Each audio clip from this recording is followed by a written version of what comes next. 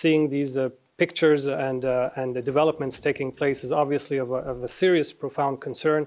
It is a blatant violation of the ceasefire agreement, and therefore we continue to exert all of the necessary efforts that we are engaging with the relative parties in order to provide the consolidation of the ceasefire and ensure that we contain this escalation. This is going to be a serious development and one that will trigger ripple effects, which we hope would not continue. The Israeli Defense Minister warning that unless hostages are released, what follows from Israel, and I quote him here, will be much harsher. That doesn't sound like an Israel prepared to return to the negotiating table, sir, does it? It doesn't, and I think it's an isolationist policy and runs diametrically opposed to what the global community would like to see. The international community wants to see a cessation of hostilities, wants to see an end to the war. The entire international community has seen 16 months of horror and bloodshed and Palestinians being killed. And therefore, this policy is an isolationist one, and it's an obstructionist one to the collective will of the international community, which wants to see an end to this war. You have said that you believe the international community wants to see an end to this war. What are you hearing from the Americans on your efforts to restart ceasefire negotiations? Are they still interested? Well, we've been engaged positively and constructively with the U.S. administration. Our foreign minister had met very recently with Steve Witkoff, the U.S. Special Envoy on the Middle East, and we had good discussions not only on the necessity of continuing talks and ensuring the consolidation of the ceasefire agreement, but also on the reconstruction plan which Egypt had put forward for the rehabilitation and reconstruction of Gaza. And the discussions were positive and constructive, and we continue to engage with the U.S. administration in order to achieve the relative calm that we would like to see ensue in Gaza. Do Egypt and Qatar still have a role in these ceasefire negotiations? Or are we not in a new reality where it appears that Israel and the US will dictate the course? No, of course, we continue to engage constructively in this process. It is of absolute importance that we continue in our efforts in order to achieve the consolidation of the ceasefire agreement. There is no other alternative except the ceasefire agreement in order to provide necessary calm and peace that is necessary in Gaza. But this is also incumbent on members of the international community to place pressure on the state of Israel, because the collective will of the global community is to see an end to this war. The collective will of the international community has gotten us nowhere with regard an end to this conflict.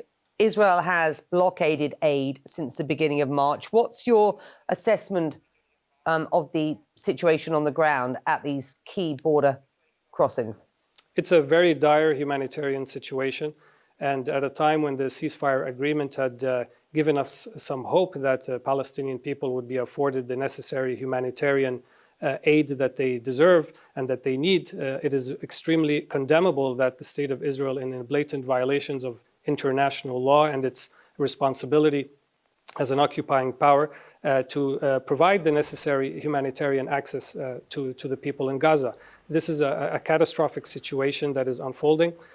We've had 5,000 trucks of humanitarian aid that have come in from Egypt into Gaza following the ceasefire agreement, and therefore the suspension of the humanitarian aid going into Gaza is again a blatant violation of international law. It will exacerbate the situation even further among Palestinians who are in dire humanitarian need. Yet, despite the renewed fighting, Egypt is moving ahead on its post-war plan for Gaza, meant to be the alternative Arab plan to the US President's Riviera plan. Well, Tamim Khalaf, the Egyptian Foreign Ministry spokesperson, telling me Egypt's proposal would rebuild Gaza in 3 phases. Clearing the rubble and building temporary housing for Palestinians in Gaza. Second, building permanent housing and services. And third, establishing a new government under the umbrella of the Palestinian Authority. But is everyone on board? Well, the White House, for starters, initially dismissed the plan, but then the Trump Mideast envoy Steve Witkoff called it a good first step. Well, I asked Khalaf to clarify what he was hearing from Washington about how it views Egypt's plan. Have a listen. Well, the recent discussions that were held between our foreign minister and Mr. Steve Witkoff that took place in Qatar left us with a positive feeling. There was an agreement among the Arab foreign ministers that had met Mr. Witkoff that the comprehensive reconstruction and rehabilitation plan which Egypt had put forward and which has now become an Arab plan would be the foundation or the basis on which reconstruction would take place. Now, obviously, this is a plan which we have put forward. It is not a sacred text. If there are any suggestions or comments which our American partners would like to present, obviously we will consider them and we will look at them with an open mind. This is a significant plan which we have put forward. It is a meticulous, thorough, time-bound, multi-phase plan which we have put forward and has been endorsed by all 22 Arab countries in the Arab Summit on the 4th of March. What is it that you understand is preventing the Trump administration from signing up and supporting at this point? All I can say at this stage is that we've had constructive and positive engagement with the U.S. administration on the plan. We believe it is a feasible one, it is a workable one, and one that is operationally plausible. And I think the outpour of international support that we have received over the course of the past few days, in fact weeks, is reflective and indicative of the value and merit that the international community sees in this plan. It started out as an Egyptian plan, transformed into an Arab plan during the Arab Summit, and now is gradually and incrementally morphing into an internationally endorsed plan.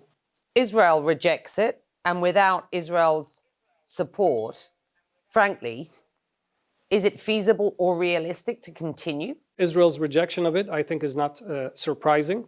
But at the end of the day, it's an isolationist policy. It's an obstructionist one. And again, it is diametrically opposed to the collective will of the international community who wants to see an end to this war and wants to see people in Gaza return to some kind of normalcy after the end of this war. This plan excludes Hamas from governing in Gaza in the future, favouring, and I quote here, an independent Palestinian group of technocrats and eventually the PA. How do you get Hamas to agree to step back and, crucially, to disarm? Well, you're absolutely right. The plan here addresses the issue of transitional governance in Gaza. And you're correct. The plan clearly, and actually the Arab Summit endorsed this Palestinian committee, which will be comprised of 15 Palestinian technocrats that are not affiliated in any way or form with any factions in Palestine. It is a reflection of the integrity and the impartiality of this committee. So we believe it's a good way forward, and it's a good way or a transitional way to bring back the Palestinian Authority to govern Gaza. Should you not get the support that you want from this Trump administration, and given that Israel has rejected this plan, calling it outdated, what risk of Egypt's peace treaty with Israel at this point? Now, the peace treaty of Egypt and Israel is the foundation of peace in the Middle East. And again, this is the foundation through which all of the former or after the treaties that later ensued came to fruition. Egypt was the pioneering country. We were the trailblazers of offering a peace treaty to Israel, and therefore we believe that this treaty is stable and it is a foundational treaty between both our countries. And do you encourage others to consider normalizing relations with Israel at this point? We hear a lot of talk, of course, of the potential for normalization between Israel and the Saudis. The kingdom has made it absolutely explicit. It needs to see at least a pathway to a Palestinian state, a Palestinian horizon at this point before it will consider that. What's Egypt's view? Back in 2002, the collective Arab world, 22 Arab countries, offered the state of Israel an offer of historic proportion. Arab countries offered the state of Israel full recognition in return of having an independent Palestinian state. So the Arab world is in a position to normalize with the state of Israel, provided that there is an independent Palestinian state. Palestinians have the right to exercise their right for self-determination. They will need a country of their own. And that is a position which is a collective among Arab countries. And therefore, the notion of normalization does exist among Arab countries, but provided that that is in tandem and simultaneous with the establishment of a Palestinian state and Palestinians exercising their right for self-determination. Which is not going to happen under this current government, is it? I mean, Benjamin Netanyahu has completely written off the idea of a two-state solution or a Palestinian state. Well, it would be an unfortunate situation. Again, we believe that this is the only pathway to achieve peace and security in the Middle East. We believe that anyone who bypasses or circumvents this self-evident reality that peace and security can be achieved without the establishment of a Palestinian state is living in a state of denial. It would be delusional to believe that peace and security can be achieved in this region without the realization of an independent Palestinian state on the lines of 4th of June of 1967.